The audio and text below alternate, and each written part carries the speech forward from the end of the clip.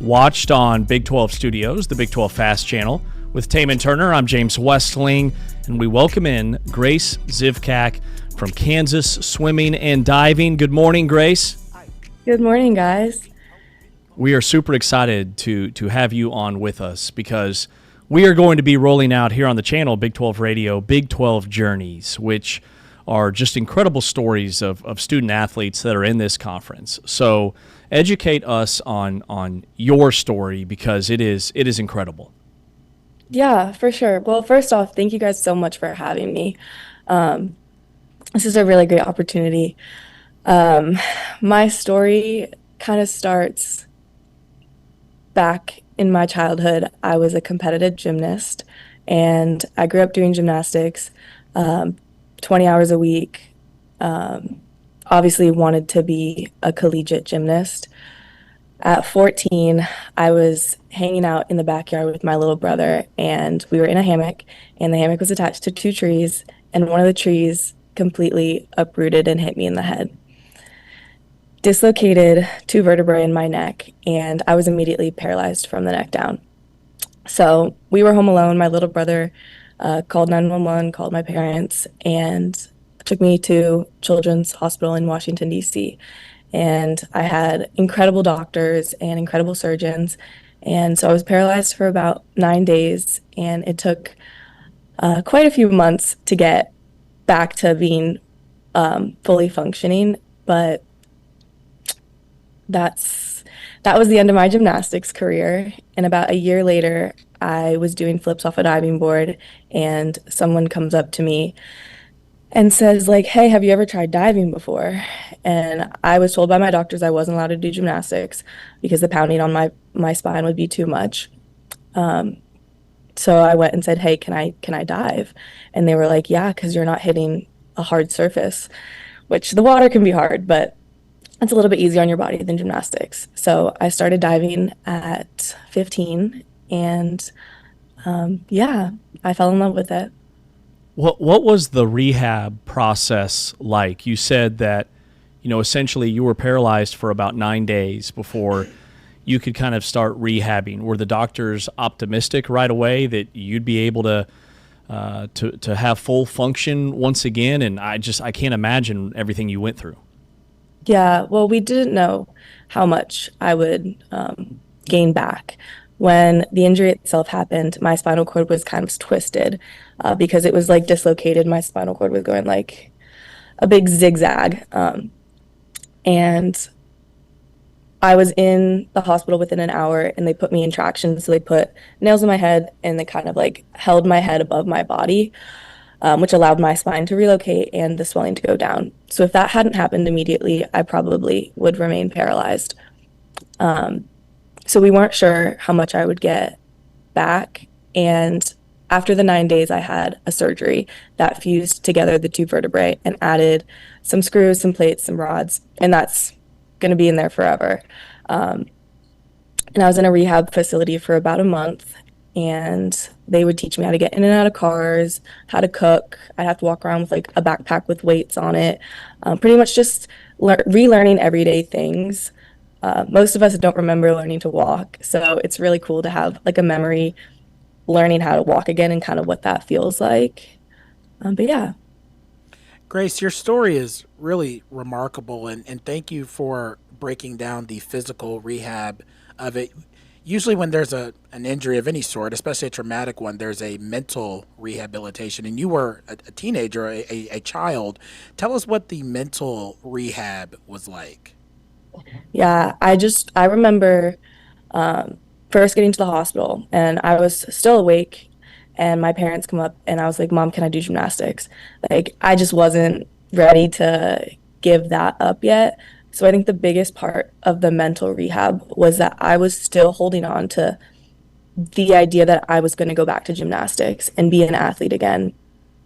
And obviously it didn't turn out that way, but I'm so incredibly grateful for the way that it did turn out, because I wouldn't be here today and at the University of Kansas or a diver if it weren't for this.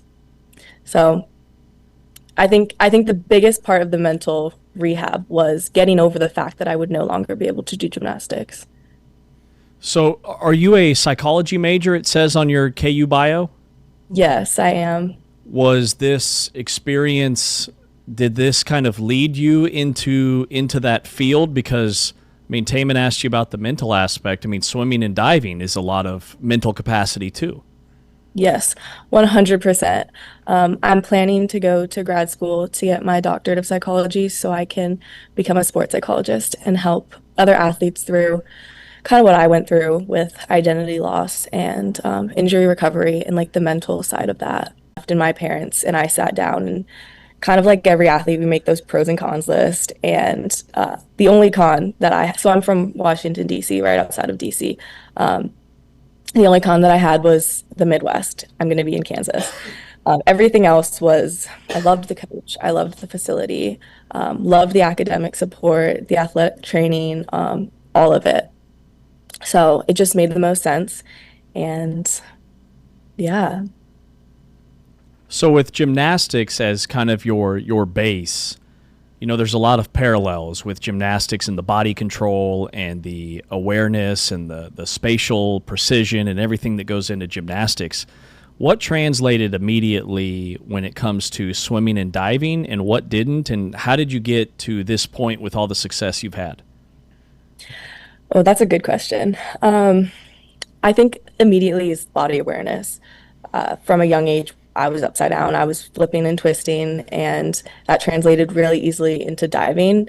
I think the hardest part in diving that isn't in gymnastics is that I think it's more technical. Every little mistake affects the dive significantly. Whereas in gymnastics, I'm kind of running at an object that's not moving. In diving, I'm walking on a board that is moving and that is pushing.